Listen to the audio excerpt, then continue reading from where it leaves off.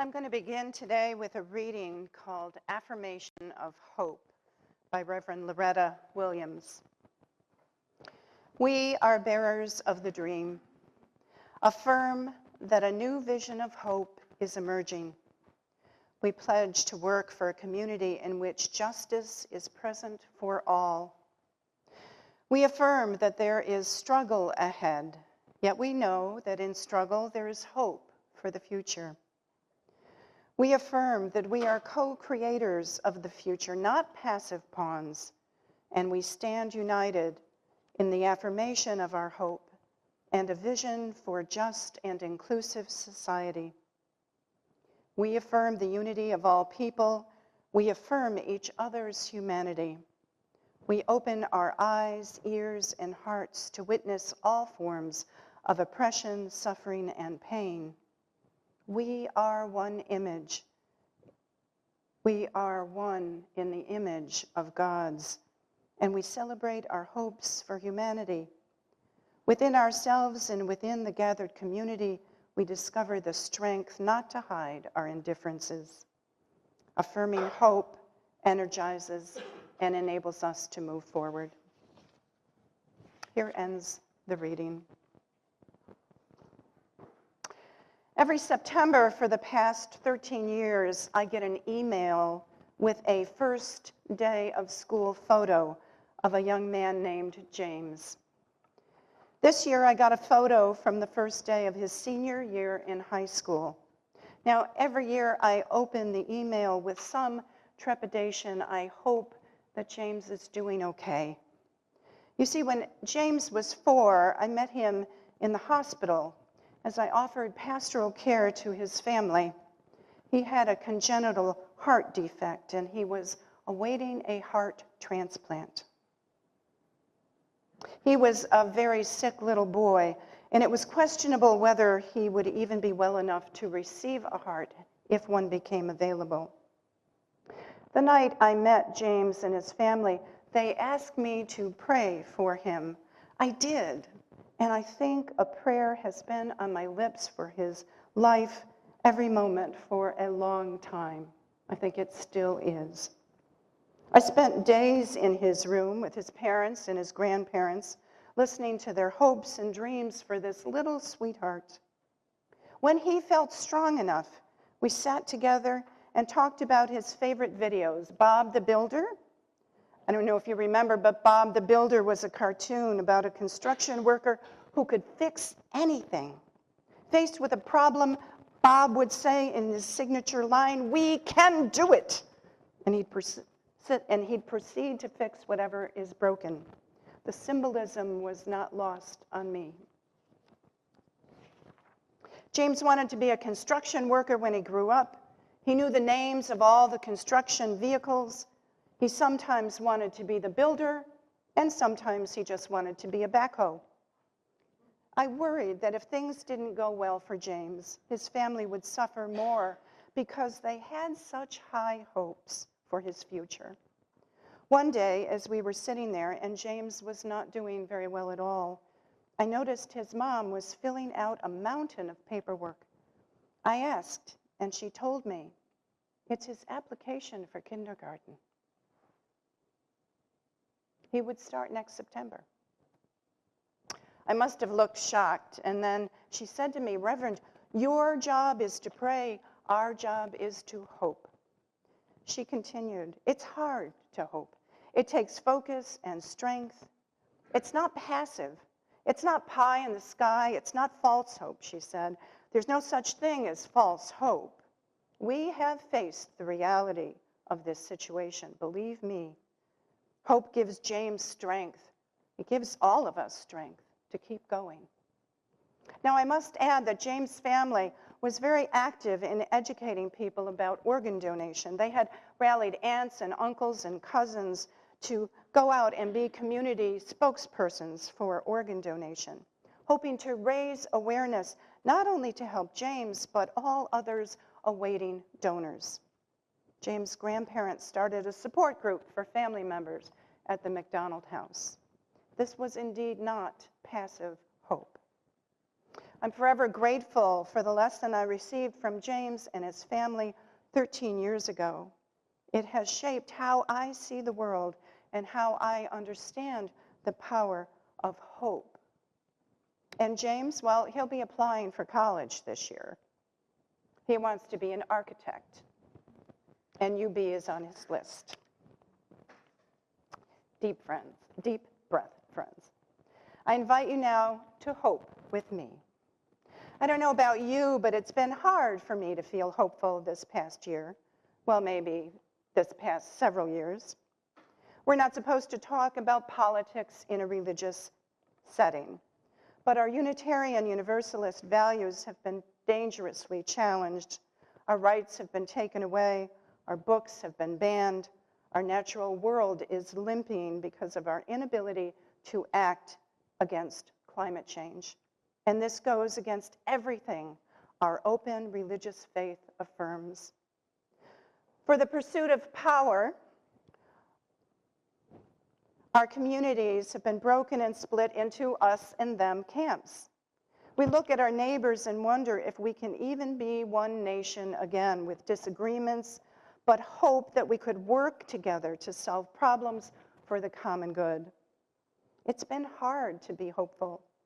And when this happens for a person or a community or a country, there is danger that despair can engulf us. So I invite you to hope with me.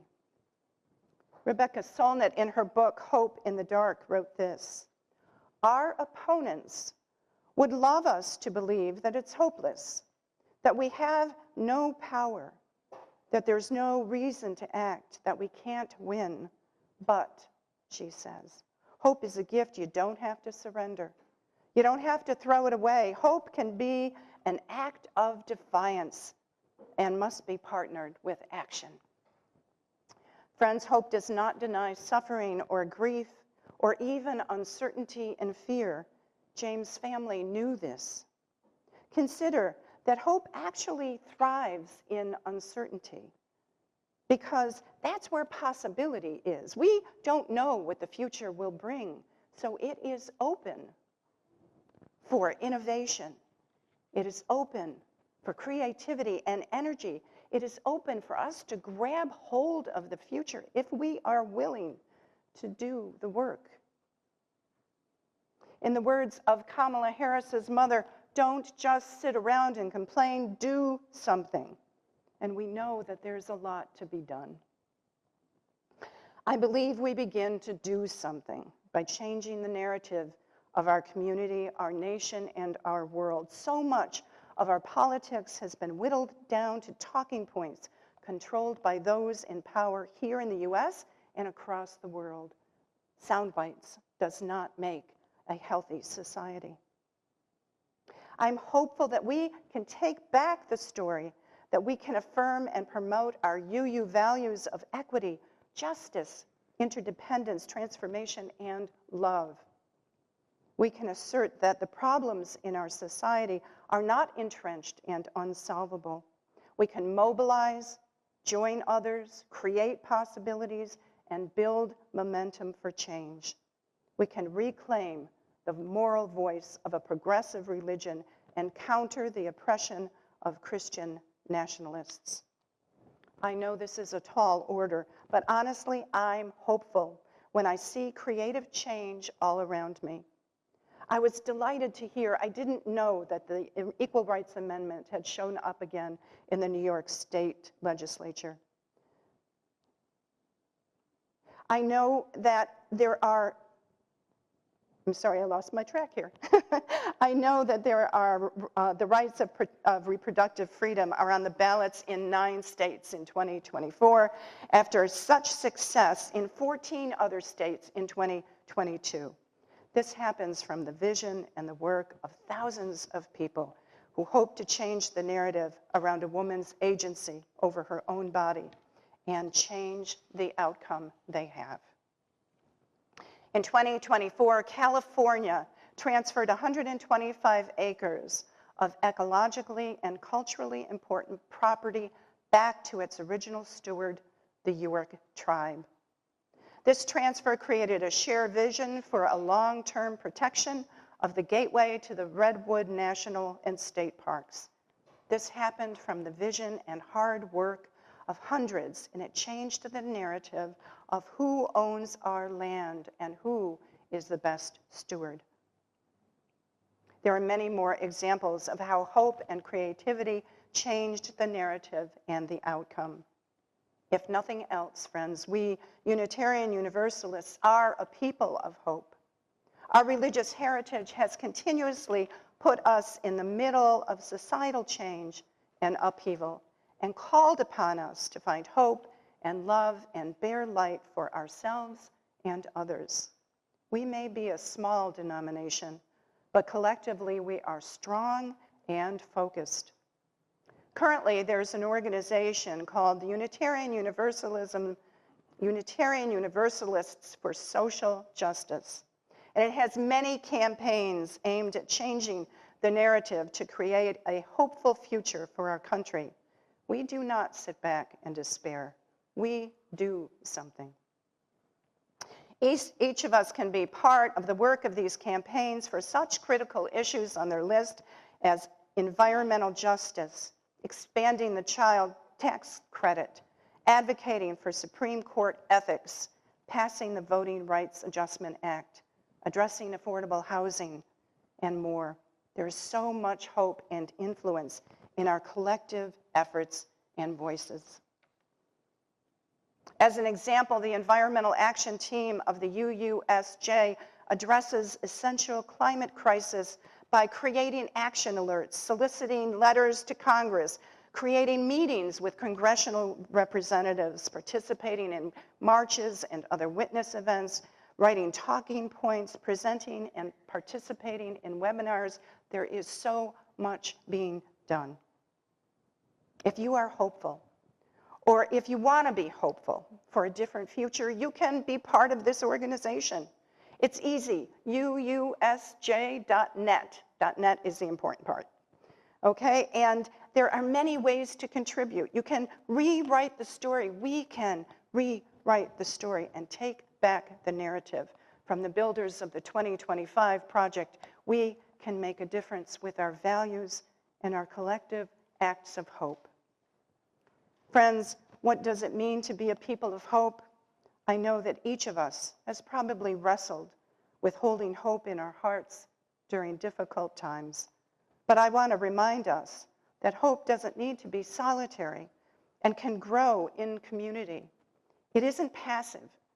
Ours is a faith of deeds.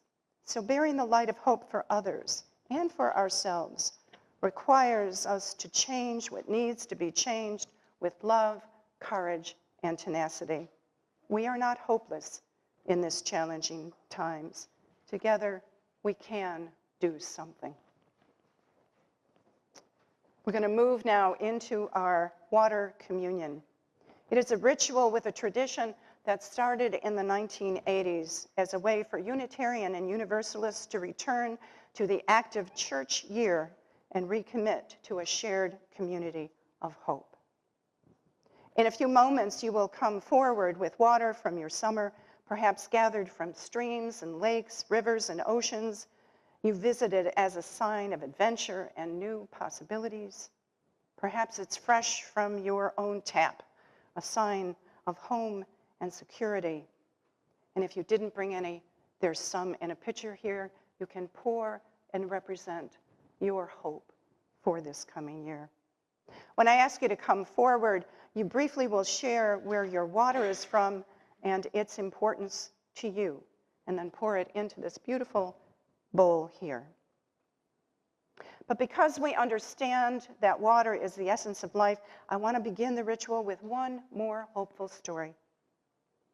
It's a story of an indigenous woman of the Ojibwe tribe, Sharon Day, who in 2003 began walking and carrying water in a copper pot around Lake Superior.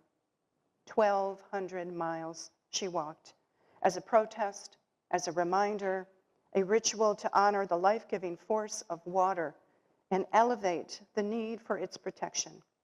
21 years later, She creates these pilgrimages as relays around the country involving Indigenous people and others who find hope in her cause. They have walked over 100,000 miles carrying water in an effort to protect our lakes and our rivers. She has been instrumental in protecting the Great Lakes that we all live near. Sometimes hope is loud, friends. Sometimes it's soft and constant like dripping water. It is always powerful beyond measure. Please come forward and add your water to our community vessel.